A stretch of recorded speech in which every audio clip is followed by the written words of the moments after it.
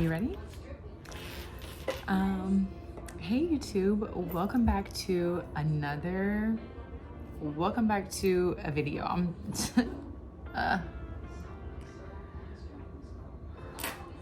right, I got this.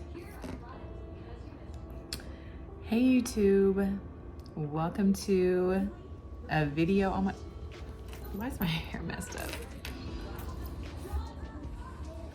Hey YouTube, did you guys miss me? I hope so, because I am finally back with another video. Please forgive me. I know it has been some time, some months since I have posted a video on my channel, and we are gonna get down to it. Where have I been? I've been MIA. I have not been posting. I've barely been doing content stuff, but we're definitely going to discuss that in this video.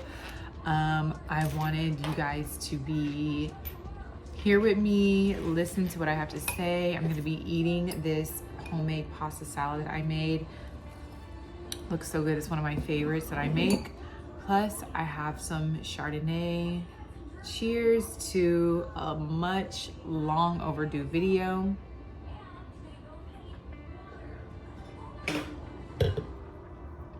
Happy 2024, you guys. I'm just gonna go ahead and dive right into that, but first let me get a bite of my salad because I'm so hungry. Well, first, this is my favorite pasta salad that I make. It's spinach, protein, pasta, olives, croutons,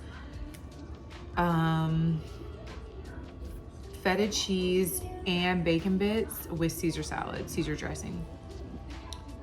First bite.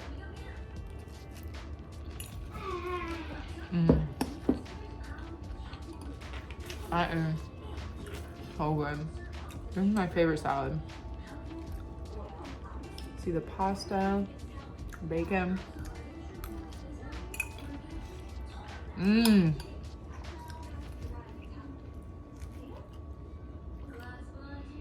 gonna try to eat and talk and tell you guys what's up, but you can't let salad just sit while you're talking.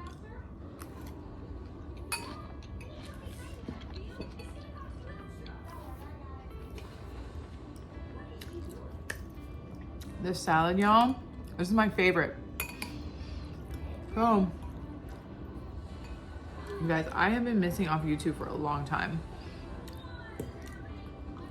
And it's for some good reasons. And I just feel like there is something in my eye. A lot has happened in my life that has caused me to want to disappear and not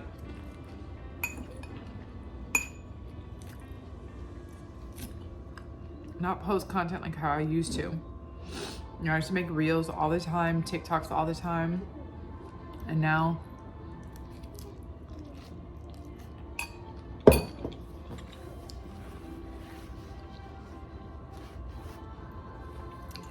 it's just become a thing that's like, or it was something that was just so sad for me.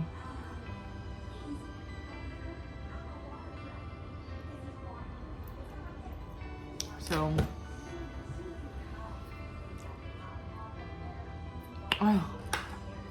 there's something in my eye that is like literally like a hair or something right here. Oh, there it is. Oh, I just felt it. Okay. So, the beginning of 2023. I'm not the type of person that likes saying like, oh, I had like a bad year and woe is me and get sympathy. That's also another reason why I haven't been posting, because I'm not trying to get sympathy from anybody. I don't really like sharing my business, but I'm gonna be honest. So,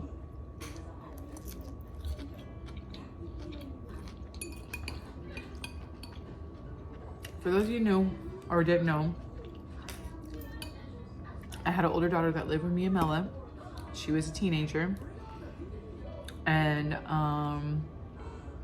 she would, I don't think she would be on some of like these videos, maybe it's like some other channels. But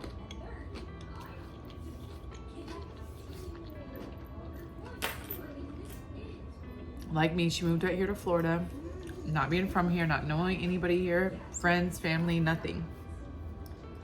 Just us. She was very upset, very sad about being out here. Missing her family. Our dynamic just was not like, I don't want to say like coming together, but I mean, it was a typical like mom and teenage daughter. Like she was 14 at the time. Well, she lived out here for years, but last year she was 14. She kind of kept getting into like some trouble at school with boys and stuff that was just really like disappointing. And together we started seeing like a therapist. I just felt like she just wasn't being like honest with me. But I realized maybe I was not being like the best mom at the time. So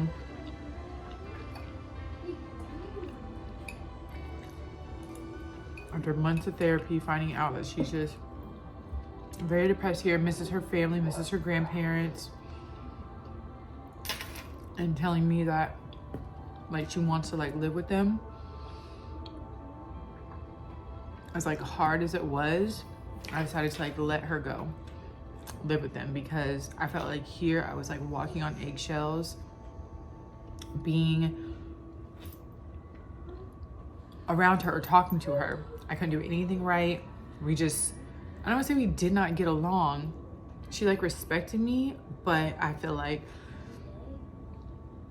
there was no, she didn't like think I cared. That was like the thing that she said. She didn't think I cared. And I totally get that. I was not like validating her feelings like how I should have. And I totally get that. So because she had came to me, told me how very depressed she was here and like suicidal pretty much, I decided that it would probably be best if I let her go live with her grandparents in North Carolina. I have a decent relationship with them. That's another story, but it's just her dad's parents. And so I let her go there. It was very sad for me, very hard for me to like let her go. But I wanted the best for her. Like I really wanted her to be successful in life, happy in life. And I really wanted us to have like the best relationship we possibly could have. So I go let her live there. And it's kind of like not so good between her and I. All right.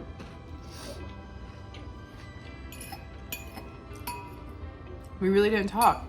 We really didn't, you know, like, I would like try to reach out a little bit and she was very like kind of cold to me. And a few months after her living there, I find like I have her old phone that she used to have when she was here. And I listened to these voice notes that she left.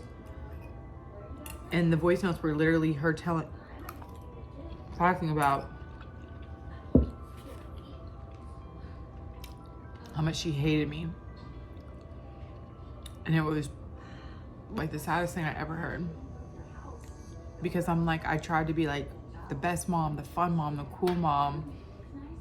And it's literally just like, I'm like a selfish mom. Like I only care about myself. I care about like how I look.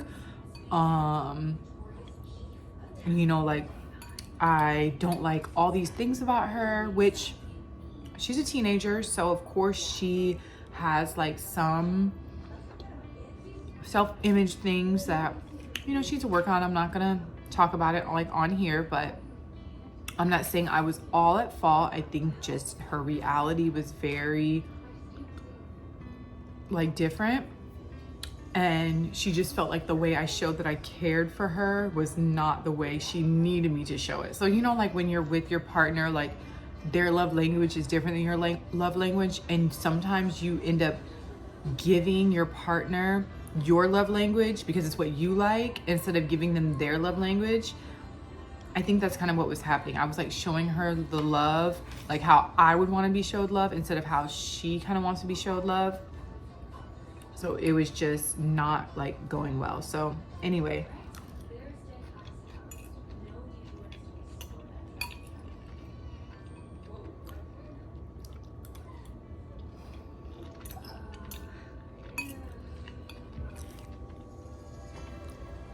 listening to those messages, you know, made me really sad and almost like betrayed, because like I feel like I could have been like way worse to her. You know, growing up, I didn't have the best dynamic with my mom. And so I tried to give her like a better dynamic between me and her, and tried to have like an open line of communication. And again, there were some places where I was like not good at not doing like the right thing. But I think like she should have gave me like a little more grace, especially like talking about me so bad in these like voice notes. So I did like kind of confront her about it, and she was just pretty much like, I stand on my word. And I'm like, well, we got to have a conversation about this because I don't like that you think this of me. And it's hard, like me, the type of person I am, it's hard to hear bad stuff about myself, and I get very defensive. But I was like trying not to, because I felt like if I was so defensive with her, since she's not living here, she is going to completely shut me out of her life, and I don't want that. So I just listened, and you know, that's when she told me she felt like I didn't care. She gave me like a couple of examples. She felt like I wasn't validating her feelings, and again, she gave me a couple of examples, and I looked back and I was like, wow. The way I said to her a million times I did not want to treat her like how my mom treated me, I end up like doing that and not even realizing it. So I apologized to her. And, you know, I let her know that, you know, I'm going to take in what she's saying. I'm really going to like work on that. And like, I really, really had. And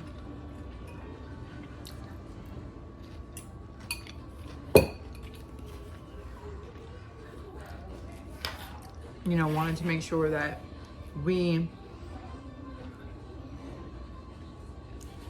she doesn't go the rest of her life hating me. Like that was like my biggest fear. So fast forward, like months go by, we're kind of barely talking. This certain time of year, like once fall kind of comes, I start to get like very homesick. I get like seasonal depression, because like Florida does not, like sometimes it doesn't feel like home to me. And like home will always feel like home. Like Kansas City, that will always feel like home. That's where my family is. Everybody that I love is there. That's what I know. I've been in Florida for 6 years and I still get homesick. It'll be 6 years in August. I still get homesick. So, it was after my birthday. I'm telling my wife, like, I'm very homesick. Like, I don't know. I can't stand Florida. Like, at this point, I'm telling her how much I hate it here. Which,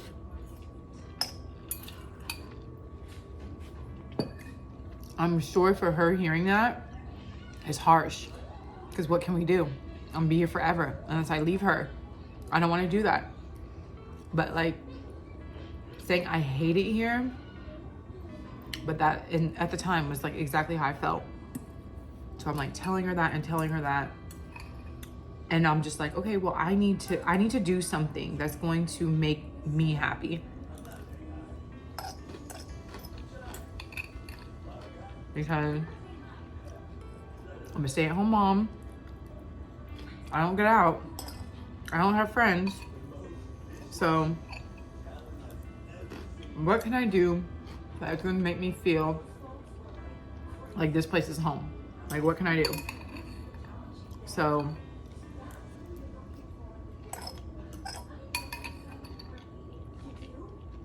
Last bite.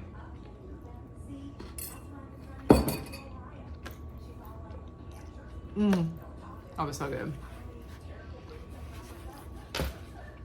So I decided I'm gonna get a job. Not just any job, but something that I love doing, something that is going to make me happy just to do it. I'll get to that later though. Because I applied for this job at this place. I get hired, but I need to get a certification first. So the company offers a discounted certification for what I needed. And I'll get to that. I get hired. And during the process, I'm home one night. I'm always home. But one night I'm sleeping. And I like to put my phone on Do Not Disturb because I don't sleep very well. I kind of wake up in the middle of the night. Any little noise will kind of like wake me up. And I hear, anything that I hear will wake me up. And so this one night I like happen to be rolling over in bed and I see that my brother, I have two brothers, my brother Michael, who is the closest in age to me, is calling me. I look at the time, it's like 1:40 something in the morning. And I immediately answer. And I'm like, hey, and I hear in his voice that he is crying. Whew, Jesus. I hear in his voice that he is crying. And he's like, hey, did mom tell you about Dominic? And I'm like, what? Dominic is our youngest brother. He's the youngest out of all of us. There's four of us, my sister, Erica, me, my brother Michael, and my youngest brother Dominic. And he was like, did mom tell you about Dominic? Have you talked to mom? I said, no, I've only talked to you. What's going on? And he's crying. And he says,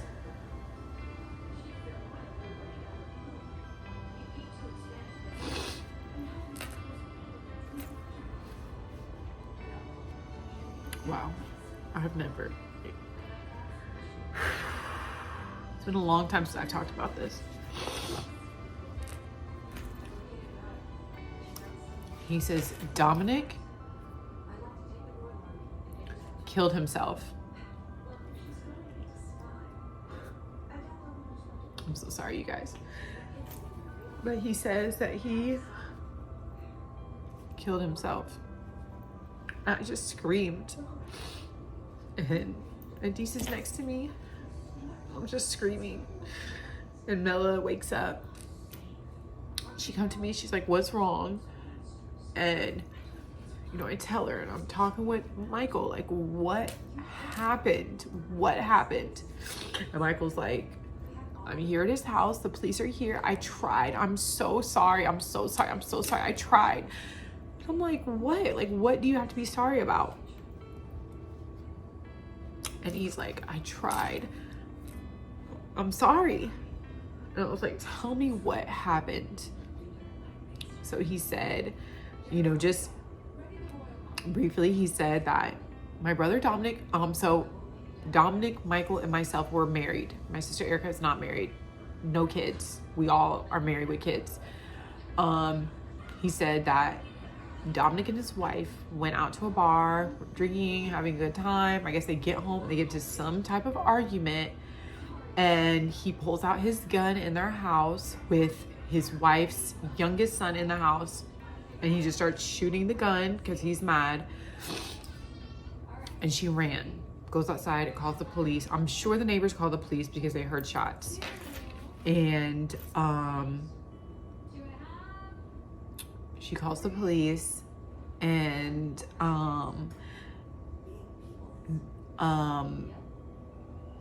she heard two shots before, and then when she calls the police, she's outside, she hears another shot, and the police get there, they go inside, and they find him. And the shock, like, this is not real.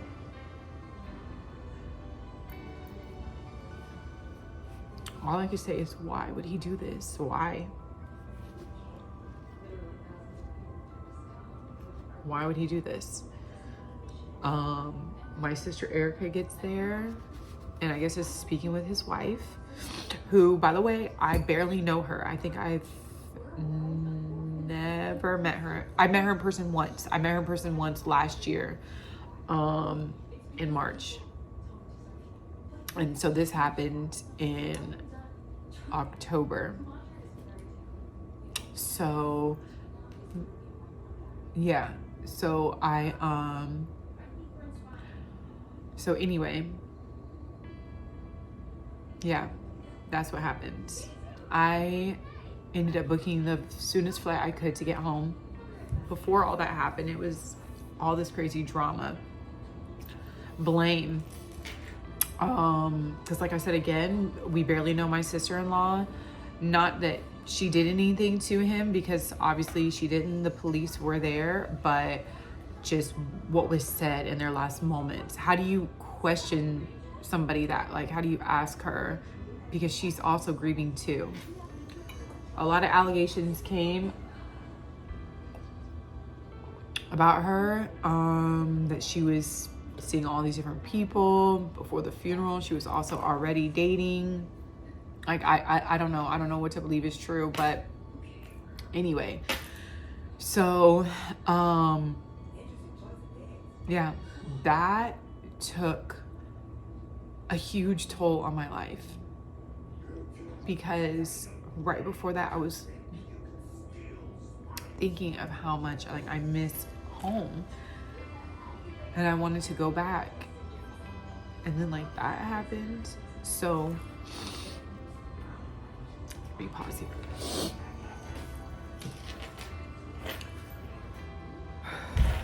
Okay. Yeah, sorry, I just had to take a break, get myself together. But yeah, so I go home, go to the funeral. I'm just sad, as anybody would be. Like, it's just sad. And you know, I wasn't the closest with him, but I have a lot, like, we had mended our relationship from like years of not having a good relationship, and I'm so thankful for that. But I still have like a lot of guilt, because I felt like as his older sister I could have did better, and I feel like that's where I need to like work on myself to be better about talking to people that I love, talking to people that I care about, and just making sure that I'm living life to the fullest, living life for how just doing what makes me happy. And so it made me think about the relationship with my daughter, and making sure that I do everything I can to like make that relationship better, because the last thing I want her ever thinking is that I don't love her and I don't care about her.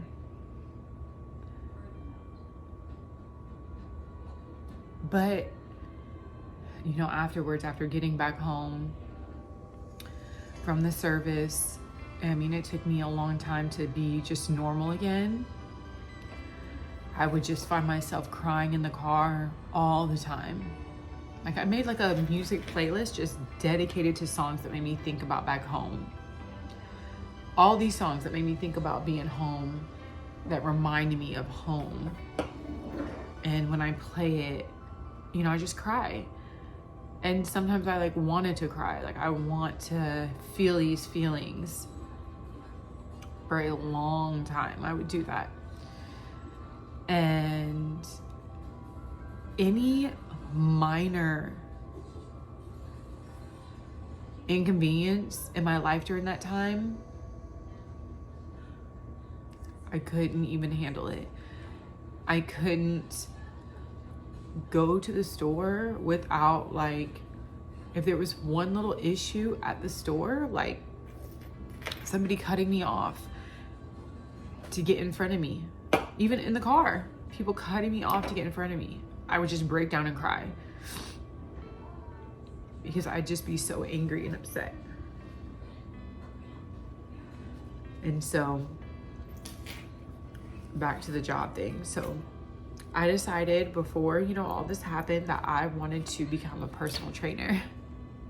I love working out. I love fitness. I love the gym. I'm always at the gym. And I was like, why not? Like, this would be the perfect opportunity for me to do something that I love. So I got a job at the gym I actually work out at.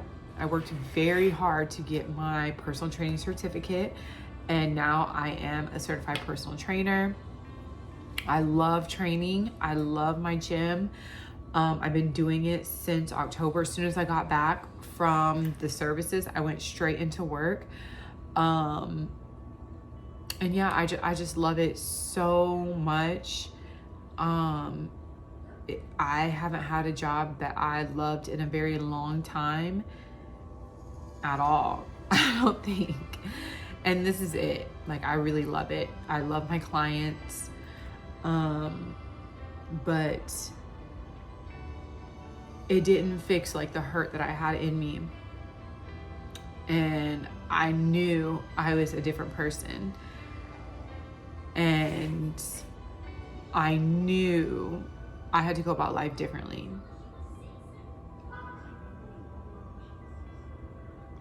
And so, you know, me and my brother, Michael, that's still alive, we make sure we like check in on each other all the time. And even if it's just like a text, like, hey, I love you, have a great day. We told each other, like, we know that that's us thinking about Dominic and trying not to be like sad. Like, anytime we think about him, we immediately reach out to each other. And, you know, it's sad because we used to do that with my sister, and she just kind of, I'm not sure what's happening. She just kind of cut us off. And it's very hurtful too, because her and I did not have the best dynamic. Her and I did not have a great relationship because of things she had done to me. And she worked really hard to come back in my life and to prove to me that she was a different person, just to kind of like ghost me pretty much. And that hurts because we all need each other right now. And I know so it sucks. But me and Michael said, you know, we have each other till the end. Like, it'll be us forever. And that sucks because there used to be 4 of us and now there's like 2 of us. So, yeah. But anyway, so I got my job. It took me maybe about 3 or 4 weeks to get certified because you can do it like online, and the gym gave me a discount to get like my certification. So I'm very, very happy for that. I'm very grateful. It was a quick and easy process, and having like the full support of like Mela and the people like at my gym, you know, I'm super appreciative. I want to tell you quickly about a moment that happened at the gym that just almost re-traumatized me for my brother's situation. But again, made me just, let me tell you the story. So as a personal trainer, you have to be like certified in CPR and AED, which is like a defibrillator thing that you put to shock somebody's heart. I was CPR certified years ago when I was like 23, and I worked at a Boys and Girls Club because you have to. It was a quick class, you pump on somebody's chest, and then that's it. This certification also for getting my personal training cert was quick and easy as well. The lady, you know, she told us so many stories about how she saved people who are dead. And again, I just dealt with death. So going through the CPR thing was like re-traumatizing to me. Like I really tried not to cry during the certification because it was just too much for me to like handle. I just lost my brother, and nobody at my job knew this either. Nobody knew. So weeks go by, and one night I'm training. I also teach a fitness class. So this particular night, I happen to be at the gym late at night. I usually work during the day. I'm there late because I have my fitness class. We have these huge windows in our training class and stairs that go downstairs to the lobby to where you can leave. And on the stairs, I hear this. I just finished training a client and I'm getting ready to start my class. I hear this fumble on the stairs, and I then hear this man yell out, "Please, somebody help Danny." We're gonna call him Danny. "Somebody help Danny, please, somebody help him. He's having a seizure." And in the training, you are to immediately go to this person and help them. So that's what I remember. Just drop everything and run. So that's exactly what I did. I ran over there as fast as I could. I run down the stairs and I see this man having a seizure. He's on the rail at first seizing, and then his friend catches him before he falls, and me and his friend together put him on the ground. And his friend is like, "What do I do? What do I do? Help, somebody call 911. I yell, "Somebody call 911. The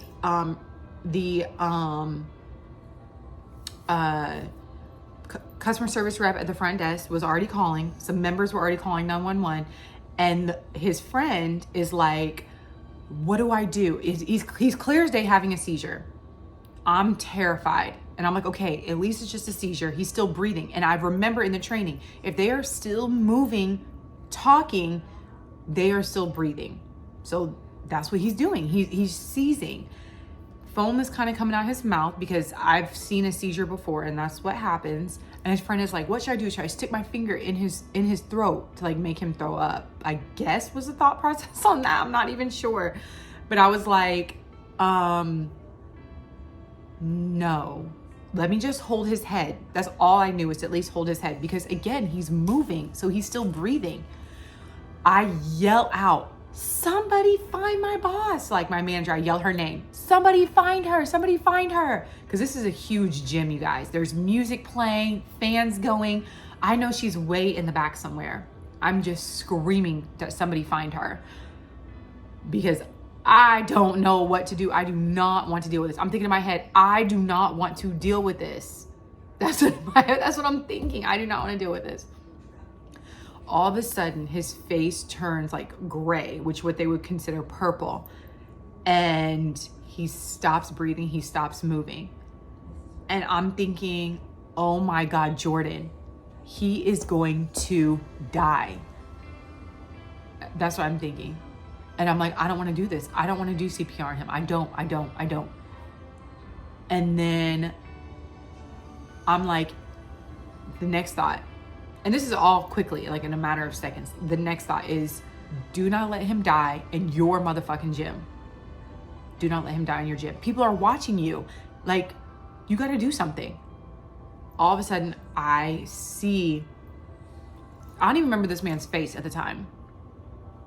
I see this like cloud in front, like above me. He's down here on the ground. I'm on my hands and knees.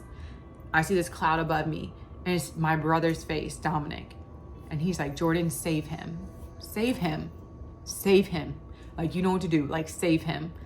And I just start doing like CPR, like just over and over and over and over. And I'm screaming, like, where's 911? Did somebody find my boss? Like, where's 911? I'm doing CPR on Danny over and over and over. His friend is telling me Danny has seizures often. Danny just had a motorcycle accident and had surgery on his head. Danny just chugged a C4, which is a pre-workout stimulant. And I'm just like, oh my God, like, do not die. Do not die. And finally, somebody gets the AED. We're trying to figure out how to put it together. I don't even remember how to use this thing. but I knew nobody could touch the body. You take the pads out, and the thing is telling you like what to do, but I cannot hear anything. And so finally Danny starts breathing. I feel like there was a lady that was right there. She's checking his pulse. She yells, I got a pulse. So I stop CPR. As soon as you hear you got a pulse, you stop CPR and you try to wake them up. Danny wakes up and he's just like, what's going on? Like, what's happening? Where am I? And finally my manager's there. Everybody's there. And she's like, Jordan, stay with him. Talk to him. Keep him awake. And I'm thinking, I called her over because I wanted her to take over. I did not want to be doing this. But she's telling me like, stay with him. You're doing a good job. Stay with him. Stay with him. So I'm just like, Danny, are you okay? Like, what happened? Do you know where you are? And he's just like, where the F am I? Like, Danny's got a potty mouth. So he's like, who the fuck are y'all? Like, what the fuck am I doing here? Like, get me up off the ground. And I'm like, no, Danny, like, you gotta wait here. The ambulance are coming. The ambulance finally come. They come upstairs. And they're kind of asking questions like, do you know where you are? We're trying to get into his phone too to call his mom. We cannot get into his phone. We don't know his password. And they're like, do you know where you are? And he's looking at them. He's like, fuck you guys. I'm not going with you guys. Like, he didn't want to go. He was like, this bill's about to be so high. I'm not going. That's all. He knew that he was the ambulance ride was going to be high. That's all he knew. He didn't know what happened. He knew nothing. But he knew when he saw the ambulance price, it was going to be a high bill for him. So they take him away. Danny's fine. I finally see him after months. And he told me, I see him actually all the time at the gym. And he told me, thank you so much for saving my life. Like, you really saved me. That's never happened to me before. He's like, I've had seizures before, but like, I've never like stop breathing. Like, again, thank you so much for saving my life. You know, I'm trying to get it together. You know, he told me he's taking his seizure medication because he's on seizure medication and he won't take any more C4, thank God. So that was like a crazy experience. And I felt like after that experience and like seeing my brother tell me like, Jordan, save him. That was my brother telling me like, it's okay. Like, you don't have to feel guilty. You don't have to feel guilty. Like, you were enough. Like, you were good to me. Like, I know you love me. Like, don't feel guilty.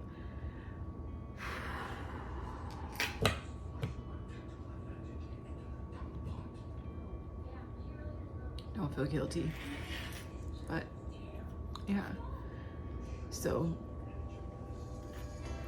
anyway, that's where I've been. I've been working. I got a job. I love my job. I'm so thankful for my job. I've been working as a personal trainer. I teach a class. I love the class. It's very fun. Yeah, so other than that, everything has pretty much been the same at home. It's just been really hard to come on social media and kind of be myself and openly talk about things. Like, I've noticed since the situation, I've been very shut off. I even had a conversation with my boss about it yesterday, and I was like, I don't communicate with people. I don't talk to them. I'm just very shut off, and there's like reasons why. And that is like a main reason why, because that's so personal and very hard to talk about. And I've shut off, I don't want to say I've shut off those feelings, but I've shut that off from it rolling over into my professional life. So therefore, like, I've lost like my way of like communicating. And also too, for months, I felt guilty about like posting on social media. I felt guilty about making videos. I felt guilty about celebrating the holidays. I felt guilty about trying to be happy because he can't be happy. Like, I don't know. I don't know where he is. We all believe differently. I hope he's in a better place. I hope he's at peace. I just hope he knows like how much like we loved him and how like sorry we are that it had to be this way. And you know, I've tried to put myself in his shoes like a million times. And I know he had a hard life. Like, we all had a hard life growing up, but he probably had it the hardest out of all of us because his maturity level didn't like get there. And I, you know, I fought really hard to be better. Not that I'm saying he wasn't good or anything, but I think he just, life got to him too much. Life got to him too much. You know, and I love him. I really do. And I'll post some pictures at the end of this video so you can see him, or maybe there'll be pictures throughout so you guys can see like the different things in my life that's been going on for the last few months. But yeah, I just want to come on here and like just explain where I've been, try to get back on posting.